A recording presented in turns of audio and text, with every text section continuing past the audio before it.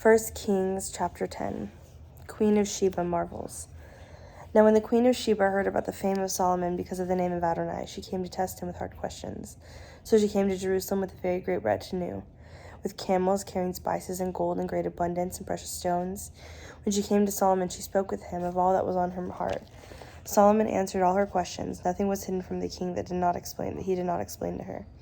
So when the queen of Sheba saw all the wisdom of Solomon, the palace that he had built, the food at his table, the seating of his courtiers, the attendance of his servants, and their attire, the cupbearers, and the burnt offerings, which she offered in the house of Adonai, she was left breathless. Then she said to the king, "It was a true report that I heard in my own land of your deeds and your wisdom. But I didn't believe the reports until I came and my eyes saw it. Indeed, not even half of was told to me. Your way passed the report of wisdom and prosperity that I'd heard. Blessed are your people, blessed are your courtiers who are standing continually before you, listening to your wisdom. Blessed be Adonai your God, who delighted in you and set you on the throne of Israel. It is because Adonai's everlasting love for Israel that he made you king, to do justice and righteousness." Then she gave the king 120 talents of gold, a great quantity of spices, and precious stones. Never again did such abundance of spices come as what the queen of Sheba gave to King Solomon. Also Hiram's ships that brought gold from Ophir, and brought from Ophir a great quantity of sandalwood and precious stone. The king made from the sandalwood a railing for the house of Adonai and for the royal palace, and also the lyres and harps for the singers. Never again did such quantity of sandalwood come in, nor have they been seen to this day. So King Solomon gave to the queen of Sheba all her desire, whatever she asked for, besides what King Solomon gave her out of his royal bounty. Then she and her servants left and returned to her own land. Solomon's splendor. Now the weight of gold that came to Solomon in 1 year was 666 talents of gold, beside what was from the merchants, from the traffic of the traders, and from all the kings of Arabia and the governors of the region. King Solomon made 200 full-body shields of beaten gold, 600 shekels of gold on each shield, and 300 small shields of beaten gold, 3 minas of gold on each shield. The king put them in the forest house of Lebanon. Moreover, the king made a great throne of ivory and overlaid it with refined gold. There were 6 steps to the throne, and the throne had a back with a rounded top, and there were armrests on each side of the seat, and 2 lions standing beside the arms. 12 lions were standing there on the 6 steps, 6 on each side, north. Nothing like it had ever been made in any other kingdom. All of King Solomon's drinking vessels were of gold, and all the vessels of the forest house of Lebanon were of pure gold. None was of silver. That did not count for anything in the days of Solomon. For the king had a Tarshish fleet at sea with Hiram's fleet. Once every 3 years the Tarshish fleet came, bringing gold, silver, ivory, apes, and peacocks. So King Solomon exceeded all the kings of all the earth in its wealth and as well as wisdom. All the earth sought an audience with Solomon to listen to his wisdom which God had put in his heart. They brought each man his gift, vessels of gold and silver, robes, weapons, spices, horses, and mules. So much year by year. Solomon accumulated chariots and horsemen. He had 1,400 chariots and 12,000 horsemen, and he stationed them in chariot cities with the king in Jerusalem. Also the king made silver as common stones in Jerusalem, and cedars as plentiful as sycamore trees in the foothills. Solomon's horses were brought from Egypt and from Kiva. The king's merchants would buy them from Kiva at a price. They imported a chariot from Egypt for 600 shekels of silver and a horse for 150, and in turn they were exported to all the things of the Hittites and the kings of Aram. 1 King chapter 11. The decline of Solomon. Now King Solomon loved so many foreign women, besides the daughter of Pharaoh, Moabites, Ammonites, Edomites, Sidonians, and Hittites, or Sidonians, and Hittites, from the nations of whom Adonai had said to the children of Israel, "You shall not associate with them, nor they will associate with you, for surely they would turn your heart away from after their gods." Solomon clung to them for love, so he had 700 wives as princesses and 300 as concubines, and his women led his heart astray.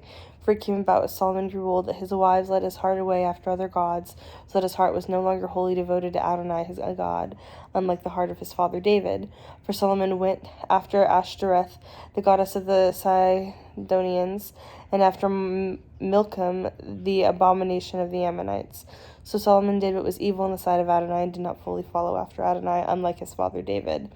At that time Solomon also built a high place for Chemosh, and detested the things of Moab on the mountain near Jerusalem, as well as for Molech, and detested the things of the children of Ammon. Thus he did all for all his foreign wives, who were bringing incense and offering sacrifices to their gods. So Adonai became angry with Solomon, because his heart turned away from Adonai, the God of Israel, who had appeared to him twice. He had commanded him about this, that he should not go after other gods, yet he did not keep what Adonai had commanded. So Adonai said to Solomon, Since you have done this, and did not keep my covenant and my statutes that I commanded you, I will surely tear the kingdom away from you, and give it to your servant. Nevertheless, I will not do it in your days for David your father's sake, but I will tear it away from the hand of your son.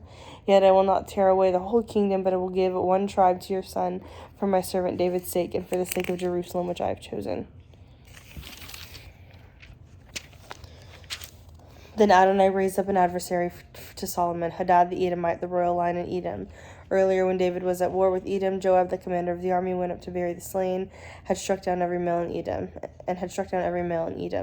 Joab and all Israel remained there 6 months, until he had cut off every male in Edom.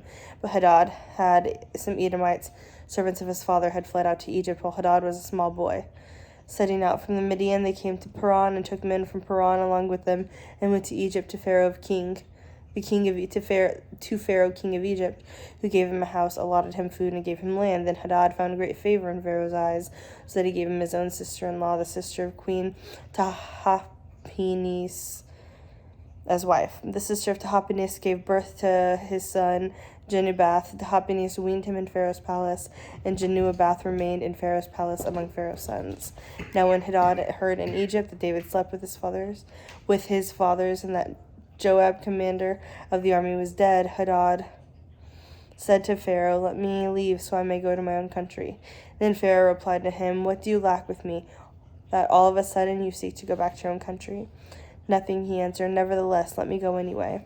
Then God raised up another adversary against him, Rezon, son of Eliada, who had fled from his lord, King Hadadezer of Zobah.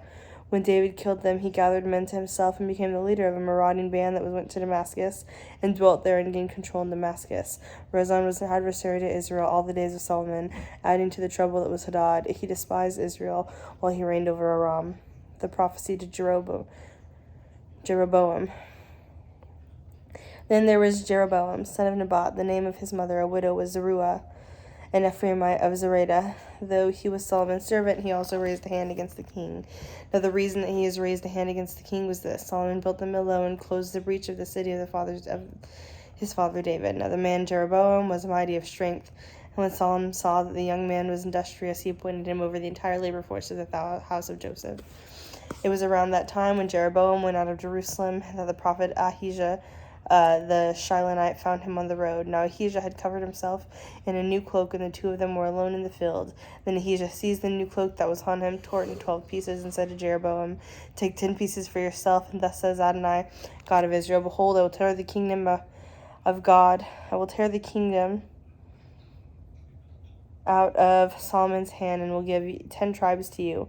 But he will have one tribe for my servant David's sake, and for the sake of Jerusalem, the city which I have chosen out of all the tribes of Israel. For they have abandoned me and have worshipped Ashtoreth, the goddess of the Sidonians,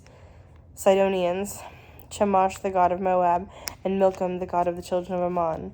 They have not walked in my ways, nor done what is right in my eyes, nor kept my statutes and my ordinances, as his father David did. Nevertheless, I will not take the whole kingdom out of his hand, but I will keep him as a ruler all the days of his life, for the sake of my servant David, whom I chose, because he kept my mitzvah and my statutes.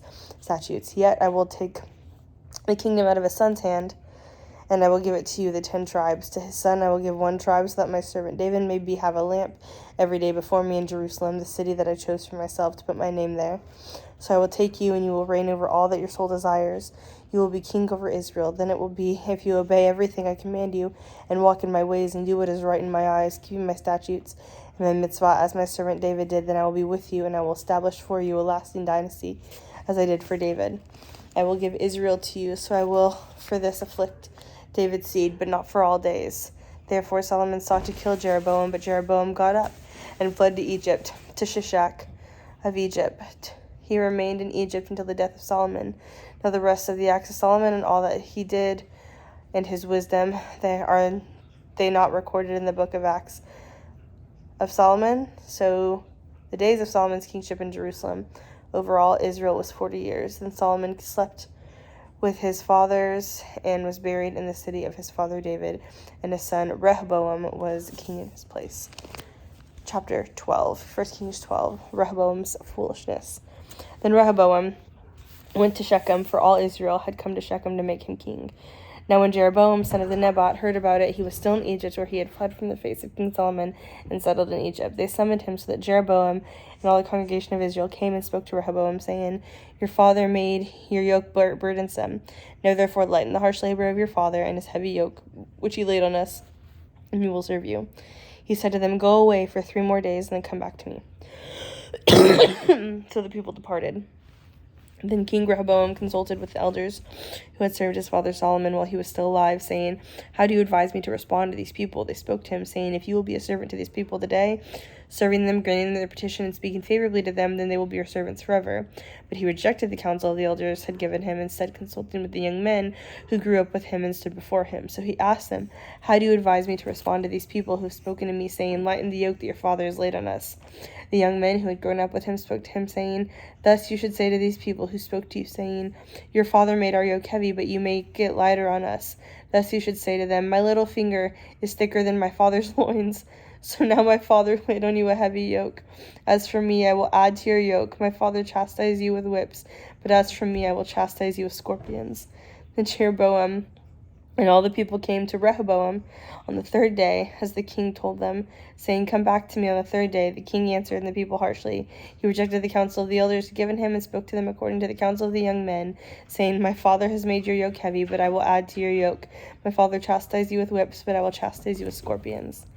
The 10 tribes revolt. So the king did not listen to the people, for it was a turn of events from Adonai fulfilling his word, which Adonai spoke by the hand of Ahijah the Shilonite to Jeroboam, son of Nebat. But when all Israel saw that the king did not listen to them, the people answered the king, saying, What share have we in David? No inheritance in Jesse's son. To your tents, O Israel. Now look at your own house, David. So the Israelites departed to their tents. But as for the children of Israel who lived in the cities of Judah, Rehoboam reigned over them. Then King Rehoboam sent out Aram, who was over the forced labor, but all Israel stoned him to death. Then King Rehoboam hurried to mount his chariot to flee to Jerusalem. Israel had rebelled against the house of David to this day. Now when all Israel heard that Jeroboam had returned, they summoned him to the assembly and made him king over all Israel. Only the tribe of Judah remained loyal to the house of David.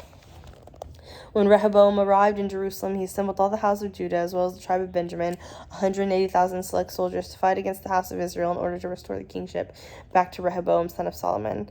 But the word of God came to Shemaiah, the man of God, saying, Speak to Rehoboam, son of Solomon, king of Judah, and to all the house of Judah and Benjamin, and to the rest of the people, saying, Thus says Adonai, you are not to go up to fight against your brothers, the children of Israel. Turn back to every man on his own, for this matter is from me. So they heeded the word of Adonai. They turned and went back according to the word of Adonai. Then Jeroboam rebuilt Shechem in the hill country of Ephraim and resided there. From there he went out and built Penuel. Jeroboam resorts to idolatry. But Jeroboam said in his heart, Now the kingdom may return to the house of David. If the people keep going up to offer sacrifices in the house of Adonai at Jerusalem, then the heart of these people will turn back to their lord, to King Rehoboam of Judah. Then they will kill me and return to King Rehoboam of Judah. So the king sought counsel and made 2 golden calves. He said to them, You have been going up to Jerusalem long enough. Here are your gods, O Israel, who brought you up out of the land of Egypt. Then he set one in Bethel and the other he put in Dan. Now this thing became a sin, for the people went to worship before the one even up in Dan. He also made shrines to the high places and appointed priests from among the people who were not sons of Levi. Jeroboam instituted a festival in the 8th month and the 15th day of the month, imitating the festival that is in Judah. He went up to the altar that he built in Bethel to sacrifice the calves. To kill the calves he had made, he installed in Bethel the priests of high places that he had made. Then he went up to the altar which he had made in Bethel on the 15th day in the 8th month, in the month that he had made up from his own heart, and made up a festival for the children of Israel, and went up to the altar to burn incense. 1 Kings chapter 13, the prophet against Bethel. Unexpectedly, a man of God came from Judah to Bethel with the word of Adonai, while Jeroboam was standing by the altar to burn incense. He cried out against the altar with the word of Adonai and said, O altar, altar. Thus says Adonai, behold, a son shall be born to the house of David, Josiah by name, and upon you will sacrifice the priests of the high places who burn incense on you, and human bones will be burned upon you. The same day he gave a sign, saying, This is the sign that Adonai has spoken. The altar is about to be split apart, and the fat ashes on it will be poured out. Now when the king heard the word of the man of God, which he proclaimed against the altar in Bethel, Jeroboam stretched out his hand from the altar, saying, Seize him. But the hand which he stretched out against him withered. He could not even draw it back to himself. The altar was split apart, and the fat ashes poured out from the altar, just as was the sign that the man of God gave with the word of Adonai. So the king responded by saying to the man of God, Please seek the face of Adonai your God, and pray for me, so my hand may be restored to me. So the man of God sought the face of Adonai, and the king's hand was restored to him, becoming as it was before. Then the king said to the man of God, Come home with me and have something to eat, and then I will give you a reward. But the man of God said to the king, Even if you give me half of your house, I will not go with you, nor will I eat the bread or drink water in this place. For so I was charged by the word of Adonai, saying, You are to eat no bread, nor drink water, nor return by the way by which you came. So he took another road and did not return by the way he had come to Bethel. Now one old prophet was living in Bethel. His son came and told him all the deeds that the man of God had done that day in Bethel, and all the words that he had spoken to the king. They related to their father. Then their father asked them, Which way did he go? For his sons had seen which way the man of God that came from Judah went. Then he said to his son, Saddle the donkey for me. So they saddled the donkey for him, and he rode away on it. Then he went after the man of God and found him sitting under an oak tree. He said to him, Are you the man of God who came from Judah? I am, he said. Come home with me, he said to him, and eat bread. But he said, I cannot return with you, nor go with you, nor will I eat bread or drink water with you in this place. For it was said to me by the word of Adonai, You shall eat no bread, nor drink, nor water there, nor should you return back by the way which you came. So he said to him, I am also a prophet like you. An angel spoke to me with the word of Adonai, saying, Bring him back with you into your house, and you may eat bread and drink water. He lied to him. So he went back to him and ate bread in his house and drank water. Now while they were sitting at the table, the word of Adonai came to the prophet who had brought him back. And he cried to the man of God that came from Judah, saying, Thus says Adonai, because you rebelled against the word of Adonai, you did not keep the commandment which Adonai your God commanded you, but turned back, ate bread and drank water in the place of which he said to you, Eat no bread and drink no water. Your carcass will not enter the tomb of your fathers. So after he had eaten the bread, and after he had drunk, he saddled the donkey for him, for the prophet he had brought back. But when he was gone, a lion met him along the way and killed him. So his carcass was thrown on the road, with both the donkey and the lion standing beside the carcass. And the men passed by and saw the carcass thrown on the road, with the lion standing by the carcass. So they came and told it in the town where the old prophet lived. Now when the prophet who had brought him back from the road heard it, he said, Is the man of God who defied the word of Adonai? Is this the man of God who defied the word of Adonai? Therefore Adonai gave him to the lion, which mauled him and killed him, according to the word of Adonai spoke to him. Then he spoke to his son, saying, Saddle the donkey for me. So they saddled it. And then he went and found his carcass lying on the road, with the donkey and the lion standing by the carcass. The lion had not eaten the carcass, nor mauled the donkey. Then the prophet picked up the carcass of the man of God. He laid it on the donkey and brought it back to the town of the old prophet to mourn and to bury him. He laid his carcass in his own tomb, and they mourned over him, saying, Oi, my brother.